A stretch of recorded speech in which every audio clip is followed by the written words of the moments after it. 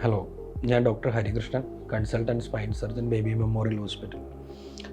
നമ്മുടെ നട്ടെല്ലിനെ ബാധിക്കുന്ന പ്രശ്നങ്ങളിൽ ഏറ്റവും കുറവ് കാണുന്നതും എന്നാൽ ബാധിച്ചാൽ നിർബന്ധമായിട്ടും ചികിത്സിക്കേണ്ടതുമായിട്ടുള്ള ഒരു കണ്ടീഷനാണ് സ്പൈനൽ ട്യൂമർ, സ്പൈനെ ബാധിക്കുന്ന ട്യൂമർ. എല്ലാ ആൾക്കാർക്കും ഉണ്ടാകുന്ന ഒരു ഡൗട്ടാണ് സ്പൈൻ ട്യൂമർ എന്ന് വെച്ച് കഴിഞ്ഞാൽ ഒരു കാര്യം മാത്രമാണോ, ഒരു ടൈപ്പാണോ എന്നുള്ളത്. അത് വളരെ തെറ്റായിട്ടുള്ളൊരു ധാരണയാണ്. നട്ടെല്ലുമുണ്ട്, നട്ടെല്ലിന് പുറകിലൂടെ പോകുന്ന സുഷുമ്നാ നാഡിയുണ്ട്. ഇതിനെ ബാധിക്കുന്നതിൻ്റെ അല്ലെങ്കിൽ ഇതിനകത്ത് പല സ്ഥലങ്ങളിൽ വരുന്നതിനനുസരിച്ച് ഈ ട്യൂമറും മാറിക്കൊണ്ടിരിക്കും. നട്ടെല്ലിനെ ബാധിക്കുന്ന ട്യൂമറിനെയാണ് നമ്മൾ എക്സ്ട്രാ ഡ്യൂറൽ ട്യൂമർ അല്ലെങ്കിൽ സ്പൈനൽ കോളം ട്യൂമർ എന്നൊക്കെ പറയുന്നത്. നട്ടെല്ലിൻ്റെ പുറകിലൂടെ പോകുന്ന സുഷുമ്നാ നാഡിയെ ബാധിക്കുന്ന ട്യൂമറിനെ അല്ലെങ്കിൽ ക്യാൻസറിനെ നമുക്ക് പിന്നെയും രണ്ടായിട്ട് തിരിക്കാം. സുഷുമ്നാ നാഡിയുടെ കവറിങ്ങിനകത്ത് എന്നാൽ ശരിക്കുള്ള സ്പൈനൽ കോഡിന് പുറത്ത് വരുന്ന ട്യൂമറിനെ ഇൻട്രാഡ്യൂറൽ എക്സ്ട്രാ മെഡുലറി ട്യൂമർ എന്ന് പറയും. ശരിക്കുള്ള സ്പൈനൽ കോഡിനെ ബാധിക്കുന്ന ട്യൂമറിനെ അല്ലെങ്കിൽ സുഷുമ്നാ നാഡിയെ ബാധിക്കുന്ന ട്യൂമറിനെ ഇൻട്രാമെഡുലറി ട്യൂമർ എന്ന് പറയും. ഇതിൽ ഏറ്റവും കോമൺ ആയിട്ട് കാണുന്നത്, ഏറ്റവും കൂടുതലായിട്ട് കാണുന്നത്, സ്പൈൻ ട്യൂമറുകളിൽ ഏറ്റവും കൂടുതലായിട്ട് കാണിക്കുന്നത് എക്സ്ട്രാ ഡ്യൂറൽ അല്ലെങ്കിൽ സ്പൈനൽ കോളം ട്യൂമർ അല്ലെങ്കിൽ നട്ടെല്ലിനെ ബാധിക്കുന്ന ട്യൂമറാണ്. നട്ടെല്ലിനെ ബാധിക്കുന്ന ട്യൂമർ തന്നെ പല ടൈപ്പായിട്ട് കാണാറുണ്ട്. മറ്റ് പല സ്ഥലങ്ങളിൽ നിന്ന് അല്ലെങ്കിൽ ലങ്സിനകത്തുനിന്നോ ബ്രസ്റ്റിനകത്തുനിന്നോ തൈറോയിഡിനകത്തുനിന്നോ പ്രോസ്റ്റേറ്റിനകത്തുനിന്നോ കിഡ്നിക്കകത്തുനിന്നോ ഒക്കെ ട്യൂമർ വന്നിട്ട് അത് ബാധിക്കുന്ന ട്യൂമറുകൾ, അതിനെയാണ് മെറ്റാസ്റ്റാറ്റിക് ട്യൂമർ എന്ന് പറയുന്നത്. അതാണ് ഏറ്റവും കോമൺ ആയിട്ട് കാണപ്പെടുന്ന ഒരു. രണ്ടാമത്തെ ഒരു കാര്യമാണ് ഹെമറ്റോളജിക്കൽ മാലിഗ്നൻസീസ്. അത് ബാധിക്കാം. അതിൻ്റെ കൂട്ടത്തിൽ തന്നെ മൾട്ടിപ്പിൾ മൈലോമ എന്ന് പറയുന്ന ഒരു കണ്ടീഷനുണ്ട്. രക്തതാണുക്കളിലെ പ്ലാസ്മ സെല്ല് അബ്നോർമലായിട്ട് കൂടുകയും സ്പൈനൽ കോളത്തിൽ, അതായത് നട്ടെല്ലിലെ ബോൺമാരോയെ ഡിസ്ട്രക്റ്റ് ചെയ്യുകയും ചെയ്യുന്ന ഒരവസ്ഥ. ഇനി ആൾക്കാരുടെ മെയിനായിട്ടുള്ളൊരു സംശയമാണ്, സ്പൈന് ട്യൂമർ ബാധിച്ചു കഴിഞ്ഞാൽ ഇതിന് എന്തൊക്കെ ടൈപ്പ് ചികിത്സയാണ് വരുന്നത്. ചികിത്സ അങ്ങനെ ഒരു ഏത് ടൈപ്പാണ് എന്ന് മനസ്സിലാക്കുക, അതിൻ്റെ ബയോപ്സി എടുക്കുക, അത് ഏത് ടൈപ്പാണ്, ഏത് സ്റ്റേജാണ്, ഏത് ക്ലാസ്സാണ്, എവിടേക്കാണ് അത് ബാധിച്ചിരിക്കുന്നത് എന്നതിനെ അനുസരിച്ചിരിക്കും ഇതിൻ്റെ ചികിത്സ.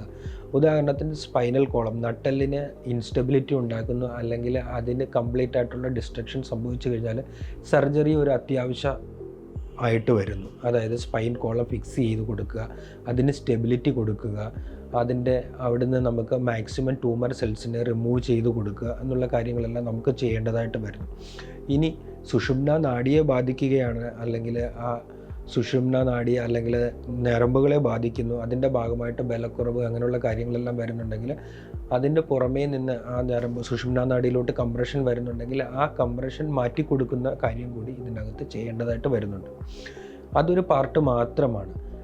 രണ്ടാമത്തെയും മൂന്നാമത്തെയും പാർട്ടാണ് ഈ ട്യൂമർ ഏതാണ് എന്ന് മനസ്സിലാക്കി അതിനെ ഇനി പ്രിവെൻറ്റ് ചെയ്യാനോ അല്ലെങ്കിൽ ബാക്കിയുള്ള റെസിജ്വലായിട്ടോ അല്ലെങ്കിൽ ഉള്ള ട്യൂമറിനെ നശിപ്പിക്കാനായിട്ടുള്ള മൊഡാലിറ്റീസ്.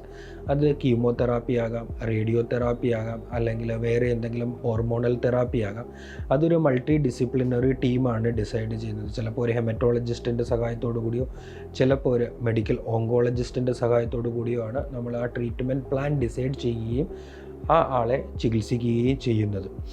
ഇനി സ്പൈൻ ട്യൂമറുള്ള ഒരാൾക്ക് കാണുന്ന അല്ലെങ്കിൽ ഏറ്റവും കൂടുതലായിട്ട് കാണുന്ന പ്രശ്നങ്ങൾ എന്തൊക്കെയാണ്? അത് ഒബ്വിയസ്ലി ഓഫ് കോഴ്സ് സ്പൈൻ ട്യൂമറിൻ്റെ ഏറ്റവും മെയിനായിട്ടുള്ള ലക്ഷണം എന്ന് പറഞ്ഞു കഴിഞ്ഞാൽ സഹിക്കാൻ പറ്റാത്ത നട്ടെല്ലിൻ്റെ വേദനയാണ്. കൂടുതലും രാത്രികാലങ്ങളിലായിട്ടാണ് അത് കാണപ്പെടുന്നത്. അത് ഞരമ്പുകളെ ബാധിച്ചു കഴിഞ്ഞാൽ ഞരമ്പുകൾക്ക് ബലക്കുറവോ അല്ലെങ്കിൽ ഞരമ്പുകൾക്ക് ക്ഷതമോ സംഭവിച്ചാൽ അത് കൈകാലുകളുടെ ബലക്കുറവിന് കാരണമാകാം. അതിൻ്റെ കൂട്ടത്തിൽ തന്നെ യൂറിൻ, ടോയ്ലറ്റ് അതിൻ്റെ കൺട്രോളിനോ അത് മനസ്സിലാക്കാനുള്ള കഴിവിനോ എന്തെങ്കിലും ബുദ്ധിമുട്ട് വരാം. സ്പൈൻ ട്യൂമർ എങ്ങനെയാണ് ഡയഗ്നോസ് ചെയ്യുന്നത്? സ്പൈൻ ട്യൂമർ നമ്മൾ മേജർലി ഡയഗ്നോസ് ചെയ്യുന്നതെന്ന് വെച്ച് കഴിഞ്ഞാൽ കോൺട്രാസ്റ്റ് MRI വഴിയാണ്. കോൺട്രാസ്റ്റ് MRIക്കകത്ത് നമുക്ക് സ്പൈനകത്ത് എവിടെയാണ് ട്യൂമർ എന്ന് മനസ്സിലാക്കാൻ കഴിയും. പിന്നെ അത് വേറെ എവിടെന്നെങ്കിലും പടർന്നതാണോ അല്ലെങ്കിൽ വേറെ എങ്ങോട്ടെങ്കിലും പടർന്നിട്ടുണ്ടോ അല്ലെങ്കിൽ വേറെ ഏതെങ്കിലും ശരീരത്തിൻ്റെ ഭാഗങ്ങളിൽ ബുദ്ധിമുട്ടായിട്ട് വന്നിട്ടുണ്ടോ എന്ന് മനസ്സിലാക്കാൻ വേണ്ടി ഉള്ള ടെസ്റ്റാണ് PET-CT സ്കാൻ. അത് വളരെ നൂതനമായിട്ടുള്ളൊരു സ്കാനാണ്.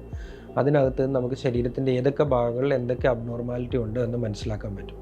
പിന്നെ അബ്നോർമാലിറ്റി ഉള്ള സ്ഥലങ്ങളിൽ ഏറ്റവും നമുക്ക് ഈസിലി ആക്സസിബിൾ ആയിട്ടുള്ള സ്ഥലത്ത് നിന്ന് നമുക്ക് ബയോപ്സി എടുത്തിട്ട് ഇത് ഏത് ട്യൂമറാണ്, ഏത് ടൈപ്പ് ട്യൂമറാണ്, എത്രത്തോളം അപകടകാരിയാണ് എന്ന് നമുക്ക് മനസ്സിലാക്കാൻ പറ്റും. അതാണ് ബയോപ്സി എന്ന് പറയുന്നത്. ചില ട്യൂമറുകൾ നമുക്ക് ബ്ലഡിനകത്തൂടെ നമുക്ക് ഒരു ഏകദേശ ധാരണ കിട്ടും. ഉദാഹരണത്തിന് മൾട്ടിപ്പിൾ മൈലോമ എന്ന് പറയുന്ന ഒരു അസുഖം. അത് ശരീരത്തിലെ രക്തത്തിൻ്റെ പ്ലാസ്മ സെൽസിൻ്റെ എണ്ണം കൂടുന്നത് കൊണ്ട് വരുന്ന ബോൺ ഡിസ്ട്രക്ഷനാണ് കാണിക്കുന്നത്. അതിന് വേണ്ടിയിട്ട് നമുക്ക് ഇമ്മ്യൂണോ ഫിക്സേഷൻ ഇലക്ട്രോഫോറസിസ് എന്ന് പറയുന്ന നൂതനമായിട്ടുള്ള ഒരു ബ്ലഡ് ഇൻവെസ്റ്റിഗേഷൻ ഉണ്ട്. വെറുതെ ബ്ലഡ് എടുത്തിട്ട് നമ്മൾ ടെസ്റ്റ് ചെയ്തിട്ട് അതിനകത്തുള്ള കാര്യങ്ങൾ നമ്മൾ പരിശോധിക്കുന്നു. കുറച്ച് ദിവസത്തെ കാലതാമസമുണ്ട്, എങ്കിൽ തന്നെ നമുക്ക് ഏതാണ്ട് ഒരു സ്പെസിഫിസിറ്റിയോടുകൂടി ഇങ്ങനെ ഒരു കണ്ടീഷൻ ഉണ്ടോ ഇല്ലയോ എന്ന് നമുക്ക് മനസ്സിലാക്കാൻ പറ്റും. പക്ഷേ അൾട്ടിമേറ്റ്ലി ഒരു സ്പൈൻ ട്യൂമർ ഉണ്ടോ ഇല്ലയോ എന്ന് തീരുമാനിക്കുന്നത് ഇമേജിങ് പ്ലസ് ബ്ലഡ് ഇൻവെസ്റ്റിഗേഷൻ, അതിൻ്റെ ലാസ്റ്റ് പാർട്ടായിട്ടുള്ള ബയോപ്സി, ഹിസ്റ്റോപത്തോളജി, അതാണ് ഇതിനകത്തെ കോർ ആൻഡ് ഇമ്പോർട്ടൻ്റ് ആയിട്ടുള്ള ഒരു പാർട്ട്.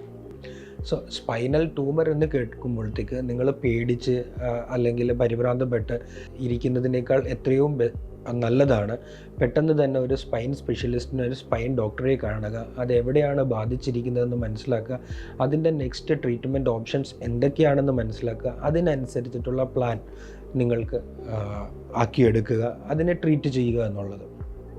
സോ സ്പൈനൽ ട്യൂമറിനെ പറ്റി ജനറലായിട്ടുള്ള ഒരു ധാരണ എല്ലാ ആൾക്കാരിലും ഉണ്ടായിരിക്കുന്നത് നല്ലതാണ്. റെയർ ആണെങ്കിൽ കൂടി അത് ബാധിക്കപ്പെട്ട് കഴിഞ്ഞാൽ അത് കൃത്യമായി ചികിത്സ തേടേണ്ട ഒരു കാര്യമാണ്. താങ്ക്സ്.